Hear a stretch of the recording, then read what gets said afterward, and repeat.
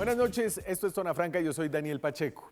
No es por nada que en la lucha contra la pandemia aparece tan recurrentemente el símil de la guerra. Más allá de las discusiones semánticas sobre si se debe o no usar esto en el discurso público, la pandemia como la guerra es un asunto de vida o muerte. Para empezar, en la pandemia como en la guerra hay un enemigo claro. Y en la pandemia como en la guerra, la victoria viene asociada ineludiblemente a pérdidas de vida humana. El símil de la guerra ha sido recurrente en pensar a los médicos y a los profesionales de la salud como los nuevos soldados.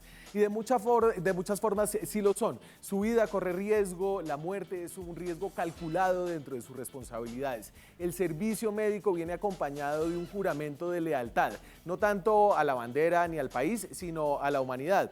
Así de hecho se lee el juramento hipocrático de los profesionales de la salud que toman aquí en Colombia. Abro comillas. En el momento de ser admitido entre los miembros de la profesión médica, me comprometo solemnemente a consagrar mi vida al servicio de la humanidad. Cierro comillas. Ese es el juramento hipocrático que hacen hoy en día. Esta consagración viene con sacrificio, como pasa también con los soldados. Pero hay una gran diferencia entre la lucha contra la pandemia y la guerra. La guerra realmente se queda pequeña, se queda corta para describir los esfuerzos que tienen que venir para enfrentar el coronavirus. Mientras que en la guerra hay que prepararse con armas y hombres para atacar y destruir, para la pandemia hay que prepararse con médicos y con camas para curar. Lo que queda de una pandemia y de una guerra son cosas totalmente opuestas y distintas. Una cama de cuidados intensivos full equipo cuesta de cero más o menos 300 millones de pesos. Un kit de protección para médicos y enfermeros para enfrentar a pacientes con coronavirus, el gorro, la máscara, etcétera, pueden rondar los 500.000 pesos cada uno.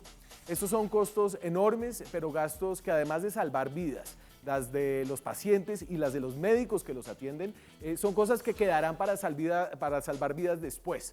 Por eso no hay que escatimar gastos médicos en este momento. Por respeto con los médicos que hoy tienen que ponerle el pecho al virus para salvar vidas y porque en últimas la pandemia es una oportunidad para invertir en el futuro de la salud de los colombianos. Aquí arranca Zona Franca.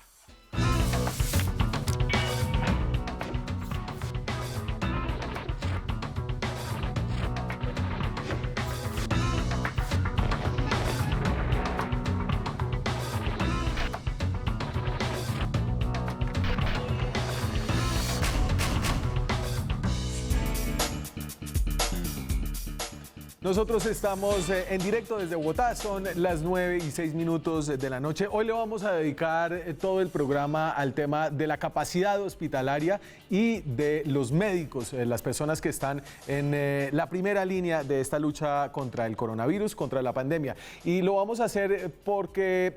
A ver, el gobierno ha planteado desde el principio que está mirando sobre todo dos cosas, lo dijo el ministro de Salud, lo ha dicho también el presidente, para determinar cuándo cerrar o abrir la cuarentena, cuándo empezar a liberar y a reactivar la economía. La primera cosa que están mirando son las pruebas, cuánta gente está infectada, cuánta gente está recuperada, cuánta gente ha muerto, lo que llaman la curva epidemiológica, para aplanar esa curva. Esa es una de las cosas que está mirando el gobierno para determinar cuándo empezar a flexibilizar la cuarentena. La segunda cosa es la capacidad hospitalaria. La capacidad hospitalaria no solamente por lo obvio, porque el coronavirus lleva a cerca del 20% que lo padece al hospital, cerca del 5% de las personas terminan en unas unidades de cuidados intensivos, sino porque hay que crecer la capacidad hospitalaria para cuando eventualmente se flexibilice la cuarentena y hayan picos nuevos de infección, esos picos puedan ser absorbidos por un nuevo sistema de salud reforzado, preparado para esta pandemia. Actualmente, ¿cómo está la cosa? Así están, según los datos que publica hoy el Instituto Nacional de Salud, la cantidad de pacientes que están hospitalizados en sus casas y en unidades de cuidados intensivos. Entonces, tenemos en casa a la mayoría de la gente, a casi el 70% de las personas que han sido confirmadas con el COVID-19, 2.056 personas están en la casa. Están hospitalizados 11% en camas que no son de cuidados intensivos. Es decir, en realidad estarían hospitalizados el 3,5% más el 11,4%. Eso me da más o menos 15% de las personas que tienen coronavirus coronavirus confirmado en Colombia están hospitalizados. 3.5% de ellos, es decir, 103 personas, están en unidades de cuidados intensivos. Han fallecido 127 personas. La tasa de mortalidad del virus aquí en Colombia es del 4%. Eso se compara relativamente bien con otros países del mundo y se han recuperado 11%. Hoy, con 103 personas en unidades de cuidados intensivos, la capacidad hospitalaria en Colombia está bien, hay de sobra todavía, porque estas son las cantidades de camas que existen hoy y que se proyectan para el futuro. Entonces, en Colombia hay más o menos 5.300 camas de cuidados intensivos.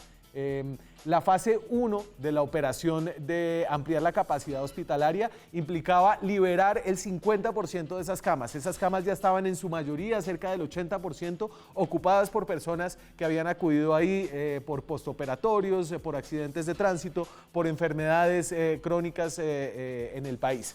Ahora esa capacidad se liberó al 50%, es decir, hay cerca de 2.300 camas de cuidados intensivos disponibles ahorita en Colombia para atender a pacientes con coronavirus. Recuerden, de la cifra anterior, hay apenas 103 personas en unidades de cuidados intensivos. Todavía hay campo, esto puede cambiar en el futuro. Por eso el gobierno, en su fase 3, quiere invertir en 2.500 nuevas camas de cuidados intensivos. Esto implica convertir camas de hospitales que ya existen en unidades de cuidados intensivos. Esto es una reconversión, repotenzamiento de camas para llegar a 7.650 y después en la fase 3 y 4 la idea es llegar con cerca de 2.000 nuevas camas a la cifra que teníamos ahí, que era de 9.800 y pico camas de cuidados intensivos. Hasta ahora, según nos confirmó esta noche una persona del Ministerio de Salud,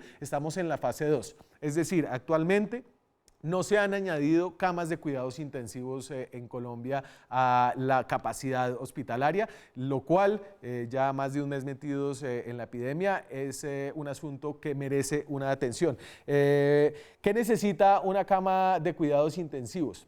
Necesita una cantidad de cosas y esto vale una cantidad de plata. Dame los equipos básicos de una unidad de cuidados intensivos, por favor. Entonces, son para pacientes que tienen una condición de salud que pone en riesgo su vida y necesitan que sus signos vitales y otros parámetros estén permanentemente monitoreados. No es cualquier cama de hospital.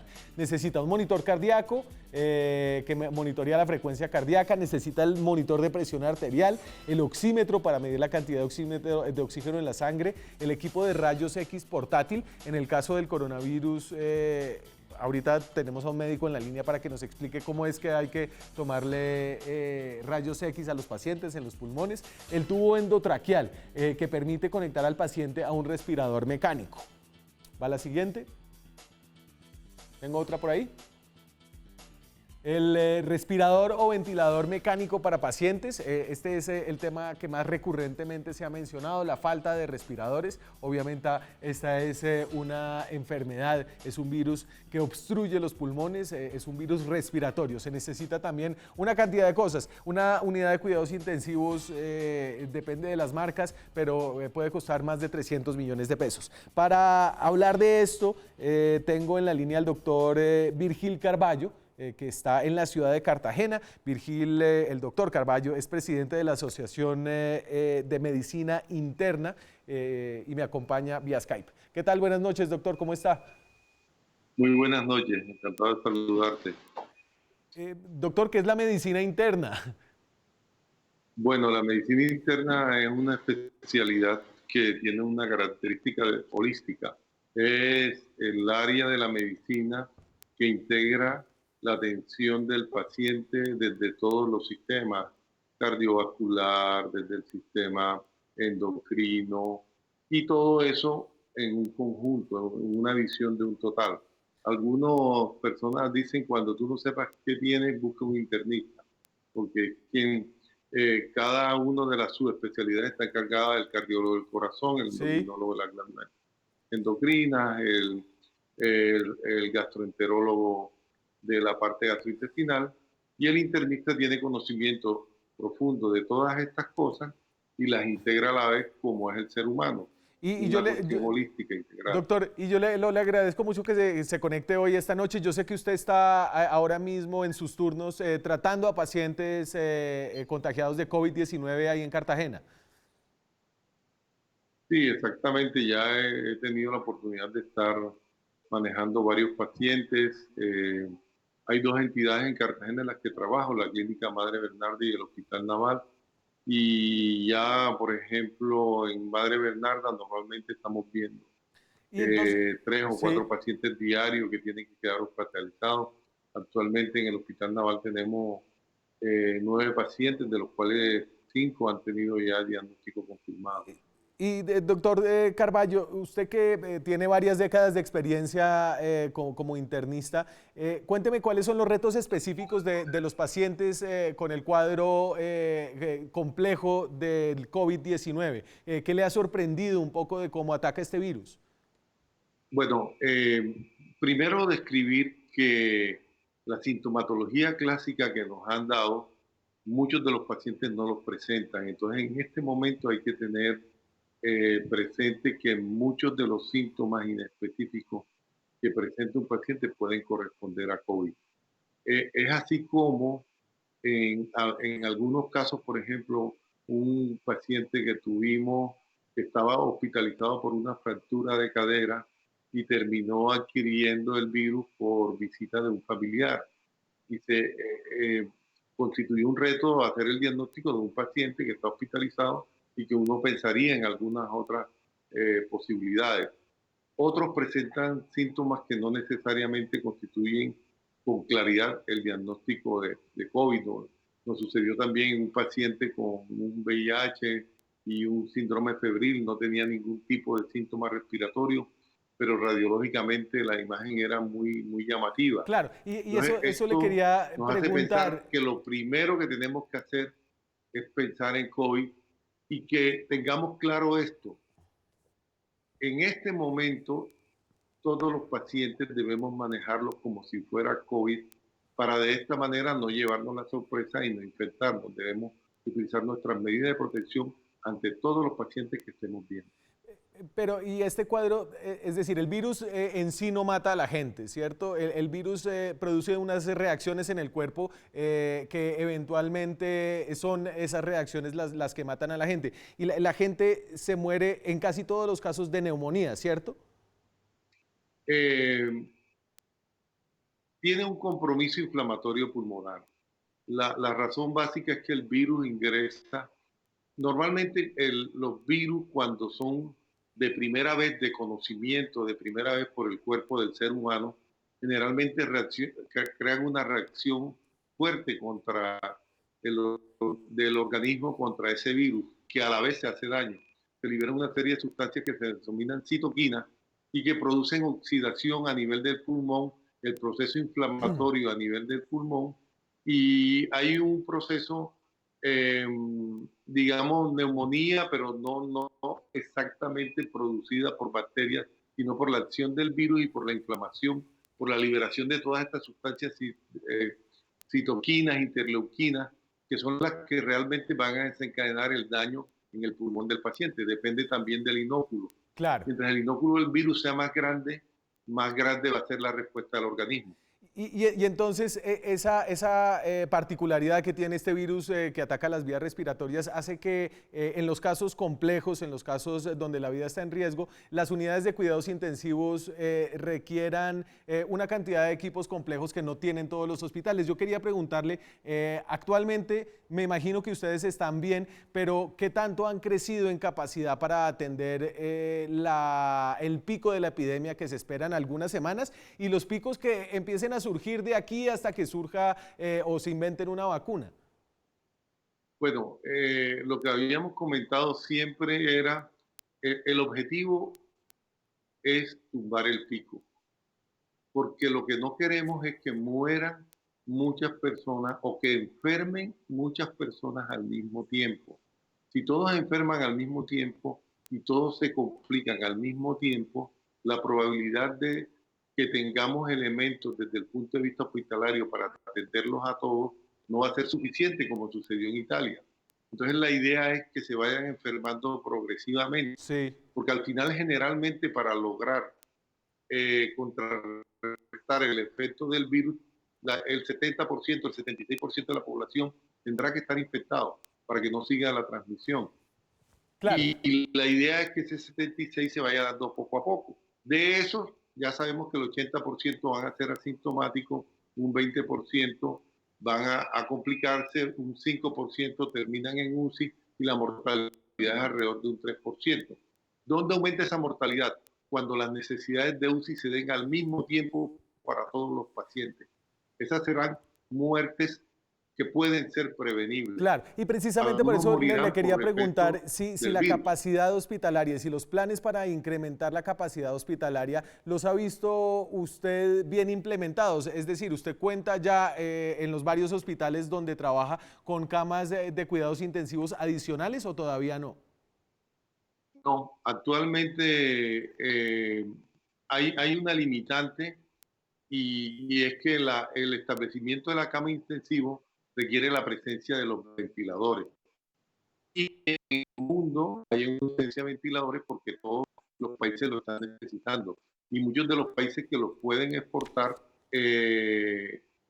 no, ya han puesto limitantes por parte de sus presidentes para que no se dé. Sí. Afortunadamente ya aquí en Colombia se están haciendo muchos prototipos de ventilación que podrán ayudar a enfrentar el problema. Pero hasta el momento, el número de camas de cuidado intensivo que debieran estar disponibles, que debieran ser las 9.000 camas, no las tenemos. Hay alrededor de 5.000 camas, 6.000 camas máximo, y esas camas tienen un porcentaje ocupacional casi del 70% con patología no COVID. Entonces debemos apresurarnos en el establecimiento de estas camas, en Doctor, tenerlas disponibles. Doctor, y aquí para terminar, ¿qué cosa ha visto usted en sus pacientes, en su trabajo ahorita como internista, que lo hayan impresionado, que usted sienta que es importante decirle a la gente para que entienda la magnitud del reto que tenemos al frente? Mire, en la oportunidad de yo enfrentar tantas cosas, incluso yo alcancé a empezar a ver el cólera en Cartagena, en donde vimos también muchos pacientes. Nunca había visto un virus con tanta capacidad infecciosa. Uno de los pacientes que usted va a interrogar ahora estuvo un corto periodo de tiempo con el paciente y se infectó. Y Sí. una muchacha que estaba alrededor de él también se infectó. O sea, me llama la atención la alta capacidad de infección de este virus. Entonces, por eso se transmite de una manera tan exponencial. Es el doctor Virgil Carballo, presidente de la Asociación de Medicina Interna del país. Doctor, muchas gracias por habernos acompañado y muchas gracias por hacer el trabajo que hace. Muchas gracias a ustedes por la oportunidad. Nosotros vamos a seguir hablando con profesionales de la salud, no son solo médicos. Aquí en esta primera línea están enfermeros, enfermeras, profesionales de la salud de otras áreas. Sigan con nosotros, volvemos en minutos.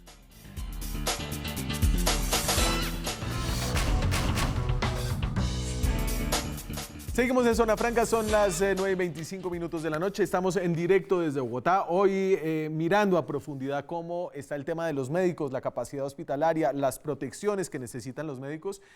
Ya sabíamos que este momento iba a venir, pero ha sido difícil, en los últimos días ya murieron 2 profesionales de la salud. Se trata de estos 2 médicos y una de estas historias es trágica.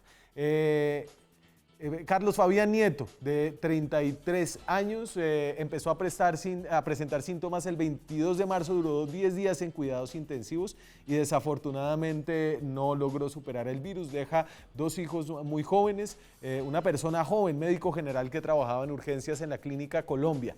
Y William Gutiérrez, de 59 años, tenía un antecedente de diabetes, que en este caso hace que las personas sean más vulnerables al virus, especialista en anestesiología. Y este señor este doctor trabajaba en el Centro Médico del Olaya, aquí en Bogotá. y fue contagiado por uno de sus colegas que, según ha informado la alcaldía de Bogotá, no dijo que había estado en Brasil. Y contagió a varias personas en esa unidad médica de La Olaya, que de hecho fue cerrada porque había 5 contagios, la cerraron preventivamente. Todavía estábamos en la etapa en la que se pueden cerrar unidades de cuidados intensivos. No sabemos cuánto va a durar esa etapa. Se lo voy a preguntar a Edilma Suárez. Edilma está con nosotros, está aquí en Bogotá vía Skype. Edilma es enfermera, tiene un doctorado en Ciencias Sociales, es la presidenta seccional de la seccional Cundinamarca de la Asociación Nacional de Enfermeras de Colombia. Buenas noches, Doc, ¿cómo está? Muy bien, muchas gracias por la invitación.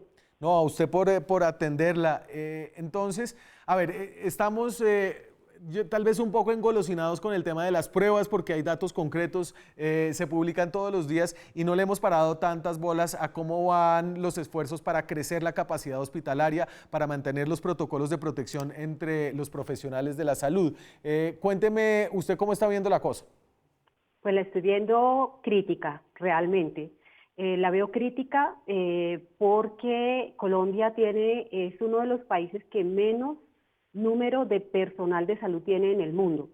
De acuerdo al ranking de la OCDE, en Colombia existe 1.8 médicos por cada 1.000 personas y 1.1 enfermeras por cada 1.000 personas. Quiere decir que por cada enfermera profesional hay 2 médicos.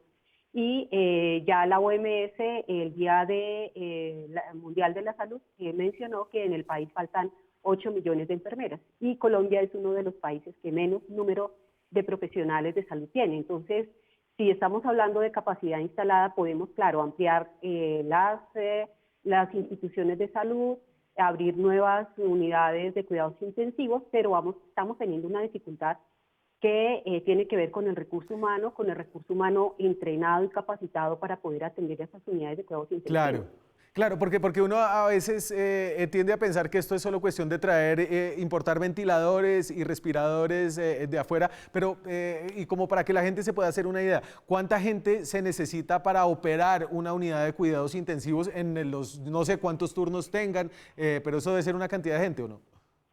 Bueno, no sabría decirle de una unidad de cuidados intensivos, pero puedo decirle que por investigaciones que hemos hecho, un servicio de urgencias que atiende más o menos 1.000 personas en un día, tiene 300 profesionales, más o menos diría unos 100 profesionales por turno. Bueno, no solamente profesionales, estaría el personal asistencial, que son médicos, enfermeras, bacteriólogas, terapeutas, el personal administrativo, estaría el personal de apoyo y allí estarían los camilleros, las señoras de servicios generales y los vigilantes de las instituciones de salud. Entonces estamos hablando de un número importante de trabajadores del sector salud y esto también depende del número de camas que tenga la unidad de cuidados intensivos y lo otro es que puede haber unidades de cuidados intensivos, pero también se tienen unidades de cuidados intermedios para los pacientes que están en una situación crítica, pero que son menos críticos que los que están en la unidad de cuidados intensivos. Y entonces uno puede, y con todas las dificultades, comprar equipos en el exterior, tratar de reemplazar los respiradores importados por respiradores hechos aquí en Colombia, y todo eso va a ser muy importante, pero si no hay médicos, si no hay enfermeras, ¿qué hace uno? Y ahí es donde yo entiendo que el gobierno estaba planteando en este decreto, el 538, la necesidad de prever distintas fases para atraer gente que ya se había jubilado, para poner a gente que no se ha graduado a trabajar. Eso generó molestia, pero entiendo que esas molestias se han ido limando. No, no es cierto. O sea, no es real que las molestias se hayan limado. En el país existen cerca de 42 organizaciones de salud. De esas 42 organizaciones de salud, el ministro llamó a 4 organizaciones que no representan a todos los médicos del país y que usualmente son las mismas 4 organizaciones a las que siempre el ministro invita.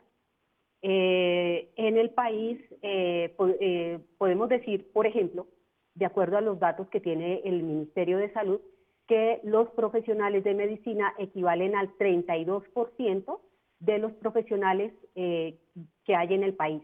Quiere decir que hay un 68% de profesionales que está integrado por fisioterapia, fonoaudiología, instrumentación quirúrgica, nutrición, odontología, optometría, terapia ocupacional, terapia respiratoria, química farmacéutica y enfermería, y estos otros somos el 62%, Sí. pero como también lo menciono, son 4 organizaciones que tampoco representan a todos los médicos del país. Pero, a ver, Hoy se está viviendo un conflicto. cuénteme, y entonces cuénteme, quiero entender ese conflicto. El gobierno dice y se plantea unas fases y dice, podría llegar un momento en el que va a haber un servicio obligatorio para médicos y enfermeras, ¿cierto? Y yo entiendo que a uno le digan eso sin haberle consultado genera molestias, pero me imagino que la comunidad médica y de profesionales de la salud también entiende que estamos enfrentando un virus sin precedentes. Sí, eso es cierto. Y todos estamos dispuestos a atender a los pacientes y desde cada asociación de profesionales estamos haciendo capacitación por ejemplo, en el caso de la Asociación Nacional de Enfermeras de Colombia, estamos haciendo capacitaciones, hemos traído, o por internet, tenemos enfermeros colombianos que están en Estados Unidos atendiendo pacientes COVID y ellos han venido haciendo una capacitación a el personal de enfermería en Colombia. Sin embargo, o sea, no es un problema ético y de no querer prestar el servicio. Sí. Hay otras problemáticas que son la no garantía de los elementos de protección personal. Ya vimos que murieron 2 médicos. Esto ha generado mucho pánico, mucho miedo, porque somos seres humanos y de nosotros dependen nuestras familias.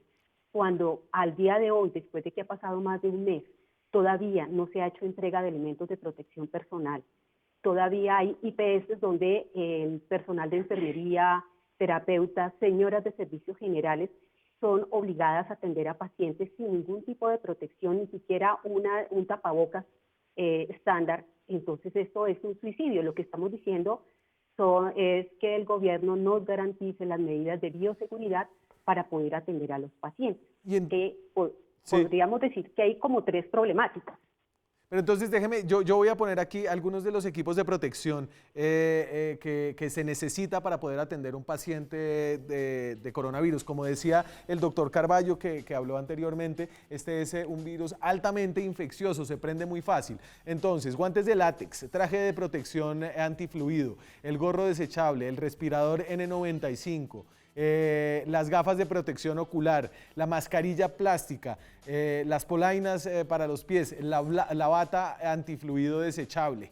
Ese es como el kit básico, ¿cierto? Sí. ¿Usted cree que en Colombia, y ahorita tenemos apenas 300 y pico pacientes de COVID hospitalizados, ¿cierto? 100 de ellos en cuidados intensivos. Hay gente que apenas con este número todavía reducido de pacientes está teniendo que atenderlos sin las medidas de protección necesarias?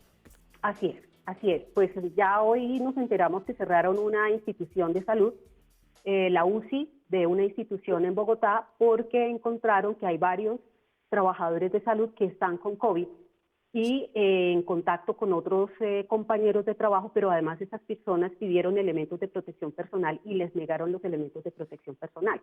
Les decían que, por ejemplo, solamente el médico o la terapeuta respiratoria debía tener el tapabocas N95 y lo que se hizo fue exponer a todos los trabajadores para que adquirieran la enfermedad. Claro, en ese caso, y lo comentábamos ahorita, ese fue el caso aquí en Bogotá, donde un médico que viajó a Brasil y se reintegró a su trabajo sin avisar que había viajado y sin haber guardado la cuarentena. Obviamente, eso, digamos, no es un contagio de paciente a médico, sino entre colegas, ¿cierto?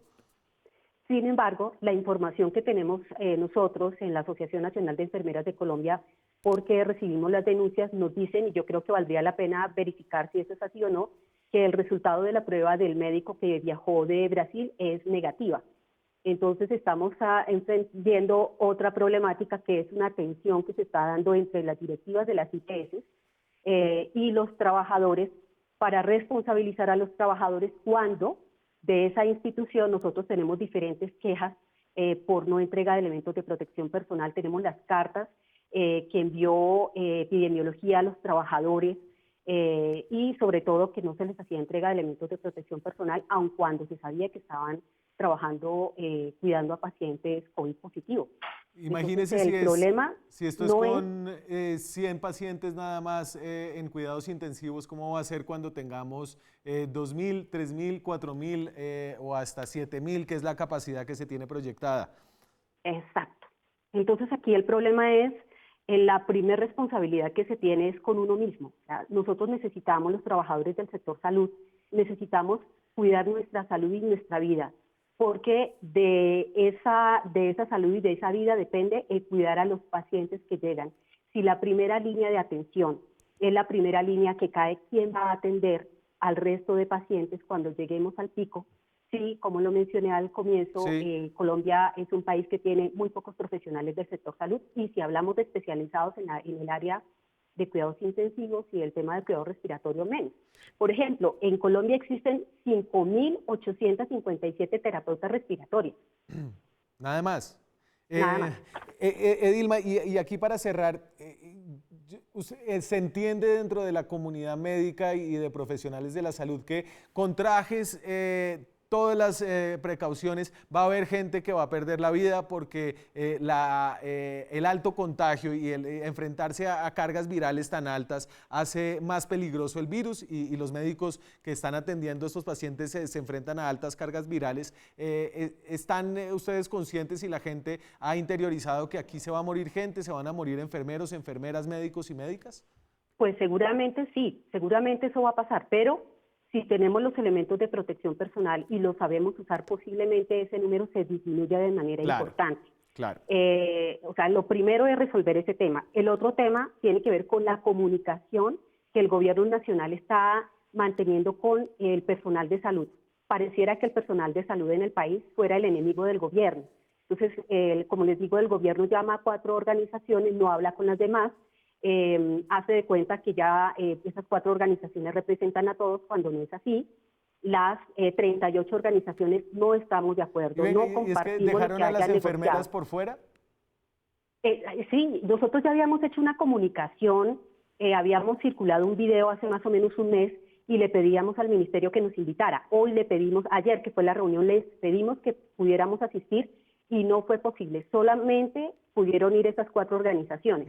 Las 38 organizaciones restantes hemos manifestado nuestra voz de protesta y hemos mencionado que mientras esas 4 organizaciones mantengan esa actitud, el sector salud no podrá salir de esas precarias situaciones de de precarias condiciones laborales, bajos salarios y permanentes recortes presupuestales, que esa es una crisis que el sector salud trae antes del COVID. Lo que pasa es que el COVID-19 permite visibilizar la problemática. Entonces, yo creo que el gobierno nacional necesita cambiar esta forma de comunicación, porque mientras estamos en el conflicto entre gobierno, trabajadores del sector salud, estamos perdiendo un tiempo valioso para poder atender a los pacientes y prepararnos para el pico de los pacientes que vamos a recibir en pocas semanas. Y el otro factor es el económico, porque hay personas a las que hace más de un año no se les paga los salarios. Entonces, ¿cómo se van a arriesgar estas personas cuando no se les garantiza salarios, cuando no tienen un contrato estable y además no se les entrega elementos de protección personal? Muchas gracias, Edilma, por haberse conectado con nosotros, por habernos contado la perspectiva desde la Asociación Nacional de Enfermeras de Colombia. Muchas gracias por hacer lo que hace. Gracias. Que estén muy bien. Una buena noche. Adiós. Nosotros seguimos en el tema de la capacidad hospitalaria, cómo están los médicos frente a la pandemia, frente al coronavirus. Además, tenemos esta noche una invitada especial, alguien que ha pasado ya por el coronavirus y nos va a contar cómo es esta enfermedad a la que mucha gente le tiene miedo por estos días. Ya volvemos.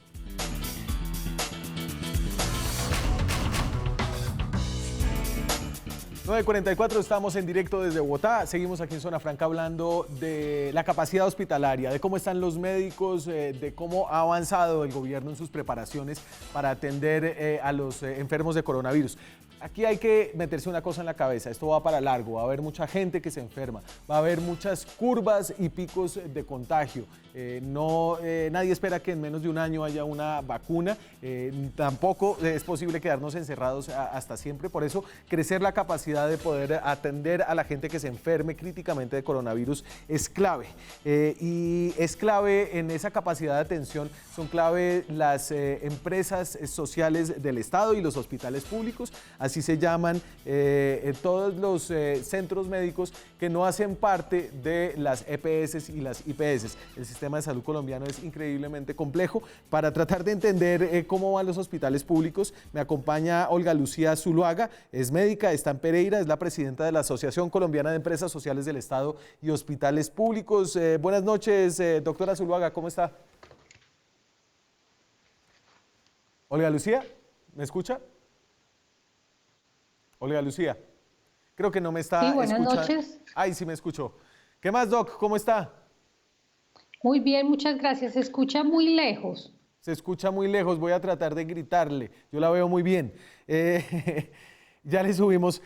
Venga, entonces, no pretendo explicar el sistema de salud colombiano, pero este es un momento en el que el gobierno tiene unas deudas muy altas con los hospitales públicos y las empresas sociales del Estado. Estas son hospitales y clínicas que funcionan por fuera del sistema de las EPS y hoy con el decreto 538 que se está socializando, que ya se firmó, hay unas nuevas posibilidades para poder pagarles esas deudas. ¿Usted cómo está viendo la cosa?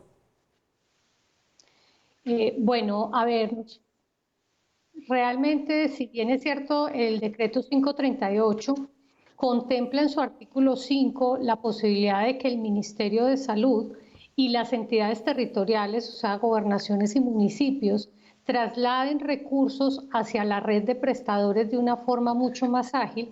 Lamentablemente, a través del artículo 2 y 3, se genera o se podría generar una desfinanciación importante precisamente de los hospitales, sobre todo de baja complejidad, porque permite a las EPS que puedan contratar las actividades que hoy en día contratan de salud pública con los hospitales, con privados o con entidades mixtas.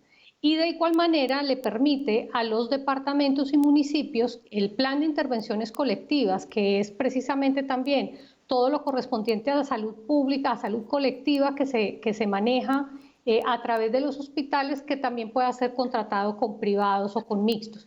Eso genera una alerta para los hospitales porque de una u otra forma, en vez de fortalecerlos, se podrían realmente terminar de desfinanciar. Claro, pero también permite que el Estado central, los municipios o los departamentos hagan transferencias directas de otras partes de su presupuesto, no el presupuesto de salud para los hospitales públicos. Y entiendo yo que esta es una manera en la que el gobierno quiere facilitar los mecanismos para pagar las deudas enormes que tiene con los hospitales públicos. Digamos que no tanto pagar la deuda que tiene, porque si nosotros revisamos de las 9 billones de pesos que adeudan en general el sector a los hospitales, 7 billones corresponden a las EPS.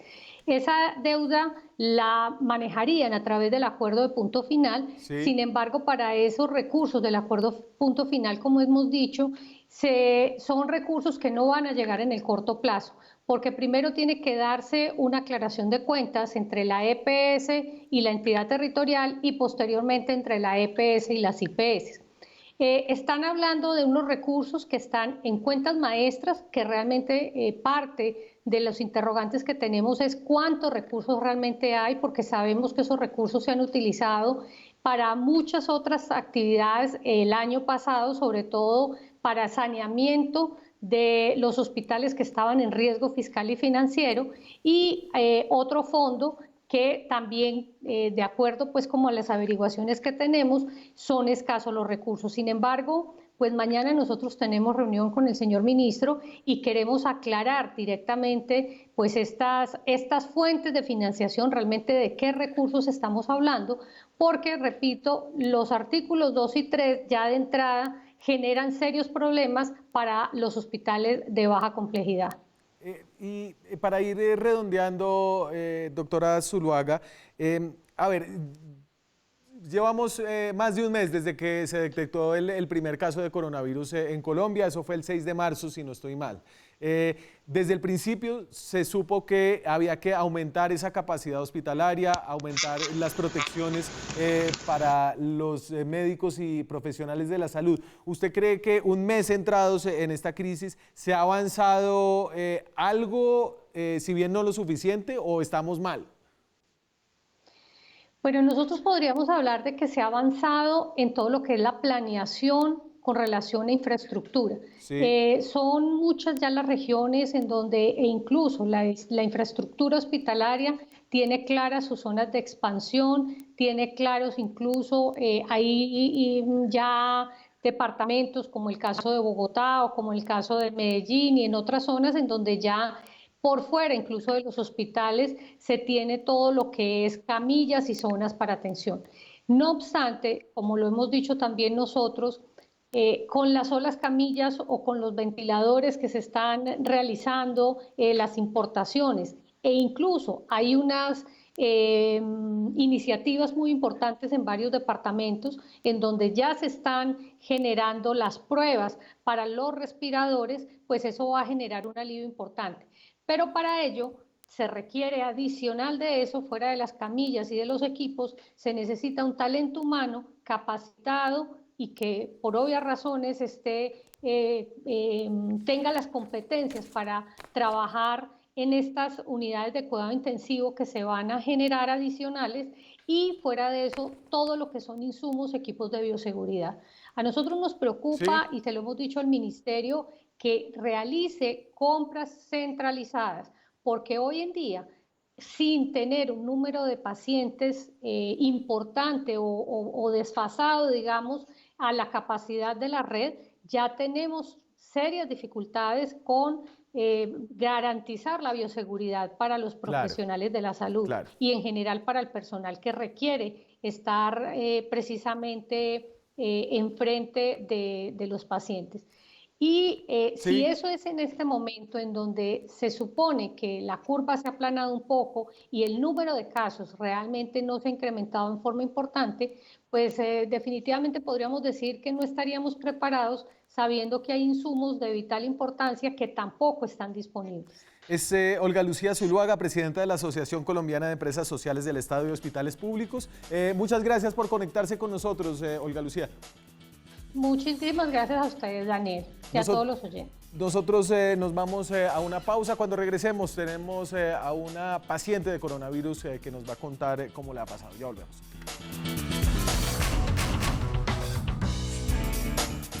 Seguimos en Zona Franca, son las 9:56 de la noche, estamos en directo desde Bogotá. Tengo vía Skype a Bárbara Clavijo. Bárbara es COVID-19 positivo. Y le agradezco mucho por hablar. Yo sé que hay una cantidad de estigmas alrededor de esta enfermedad, de este virus, que tenemos que vencer. Esto le va a dar a mucha gente, ya lo sabemos. Bárbara, ¿qué tal? Buenas noches. Hola, buenas noches. ¿Cómo está? Bien, muy bien, muchas gracias. ¿Cómo le dio el COVID a usted? Bueno, a mí me dio porque mi papá es piloto y él empezó con la sintomatología, después empezó mi mamá y pues por último fui yo. ¿Y cómo están en su casa? Ellos están bien, a mí pues fue a la que menos duro le dio la enfermedad, pero ellos dos estuvieron hospitalizados, estuvieron con oxígeno los dos, estuvieron bajos de potasio, afortunadamente nunca estuvieron en cuidados intensivos, pero sí que estuvieron una semana hospitalizados. Bueno, y a ver, yo creo que usted se imagina que todo el mundo en algún momento en estas últimas semanas ha pensado en algún momento u otro que tiene coronavirus, ¿cierto? Es como una cosa de paranoia, si uno le duele la cabeza, si se siente que tiene la temperatura alta, pero usted que padeció la enfermedad, como ¿cuál es la señal que definitivamente ha encontrado reiterativamente por ahí mencionada? Bueno, a diferencia de lo que se dice, porque digamos nosotros no tuvimos al inicio dificultad respiratoria, que en teoría es como el síntoma más de alerta, nosotros estuvimos con náuseas, vómito, diarrea, dolor muscular, dolor en las articulaciones, mi papá tuvo tos, mi mamá y yo no tuvimos tos y fiebre. O sea, y usted ha hablado con más gente y con más pacientes, todo el mundo tiene como una sintomatología distinta, ¿cierto? Exactamente, sí. ¿Cómo le fue con el tema de la prueba de la atención en salud?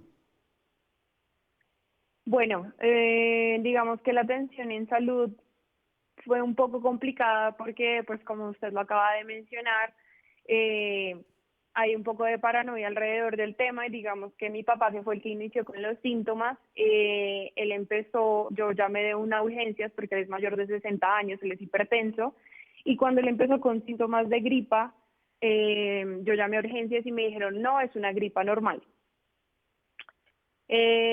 Después, bueno, cuando fuimos a la clínica, primero dejaron hospitalizado a mi papá porque le hicieron una radiografía de tórax y se dieron cuenta de que tenía neumonía. A pesar de que fuimos los tres, digamos que yo estaba bien, yo no requería una hospitalización, pero mi mamá sí que la necesitaba. Y ese día solo dejaron a mi papá hospitalizado, a mi mamá no le hicieron los exámenes completos. Le dijeron que lo que tenía ella se podía tratar en casa, pero que mi papá pues era sospechoso de COVID. A los dos le hicieron la prueba ese día, a mí me la realizaron más tarde. Pasaron unos días y mi mamá se seguía sintiendo muy mal, entonces volvimos a urgencias y ahí sí que la dejaron hospitalizada. Entonces, bueno, afortunadamente en la clínica en la que ellos estuvieron hospitalizados, el trato con ellos fue muy bueno. Sí. Sin embargo, el trato con el familiar sí que fue complicado, porque pues obviamente digamos, pues yo estoy aquí sola, mi hermana ahorita está viviendo fuera del país y pues yo llamaba muchísimo a la clínica, trataba de comunicarme con los médicos con los que los estaba tratando y nada, no obtenía respuesta. Afortunadamente yo tengo un tío que es médico y él como que logró averiguar y así es que yo me mantenía informada, pero pues esa parte fue bastante complicada. Venga, y para ir cerrando, Bárbara, ¿cómo le ha ido con sus vecinos? ¿Cómo le ha ido con la gente que sabe que usted tiene coronavirus? Fatal, fatal. Bueno, resulta que a mi papá el día que salió de hospitalización lo mandaron en ambulancia acá al edificio y pues la verdad que a los 10 minutos que ingresó mi papá ya me estaba llamando la administradora a preguntarme. La verdad pues están bastante alarmados, obviamente nosotros entendemos, nosotros no hemos salido prácticamente para nada. ¿Y el mercado se lo llevan pues, a su puerta o cómo es el protocolo de mercado? sí, el mercado, el último que hicimos, todo nos lo dejan en la puerta y ya no hemos tenido contacto con nadie, pero ya han pasado como unos 12 días desde que ellos salieron de hospitalización y digamos mi mamá hoy, con esto del pico y género, hoy tenía que salir a hacer unas vueltas en el banco. Y nuevamente nos llamó la administradora que los vecinos están diciendo, mejor dicho, eso ha sido todo un tema. ¿Y usted qué le diría a la gente un poco que todavía no se lo toma tan en serio o que está paniqueada? ¿Cuál es ese punto medio después de haber sufrido la enfermedad? Bueno, a los que no se lo toman en serio, quiero decirles que esto es una responsabilidad de todos. Realmente esto es una cosa que se contagia sin que uno se dé cuenta. Por ejemplo, a nosotros que nos dijeron que era una gripa normal, pues realmente yo creo que ante cualquier síntoma es mejor tomar las precauciones necesarias, las precauciones que están recomendando, pues porque esto nos afecta a todos y nos afecta no solamente en salud, sino de muchas maneras. Sí. Y a las personas que están paniqueadas, pues que estén tranquilas, tampoco se trata pues de... sí, como de tener este pánico y de como que ya no poder vivir ni hacer sus actividades cotidianas por tener el miedo a contagiarse, sino es simplemente tener las precauciones, el lavado constante de manos, procurar no tocarse la cara y bueno, pues seguro que... vea el vaso medio lleno, ya usted va a poder salir a la calle, va a tener una inmunidad que no se sabe cuánto dura, pero va a poder estar más tranquila, ¿cierto? ¿Ya salió de eso? Sí, menos por el lado de mis vecinos, porque mis vecinos sí creen que esto dura como para siempre, entonces... Bárbara Clavijo, muchas gracias, Bárbara, por haberse conectado con nosotros para contarnos su historia. Con mucho gusto. Y nosotros hasta aquí llegamos hoy. Mañana nos vemos con más periodismo, más debate, más opinión. Chao.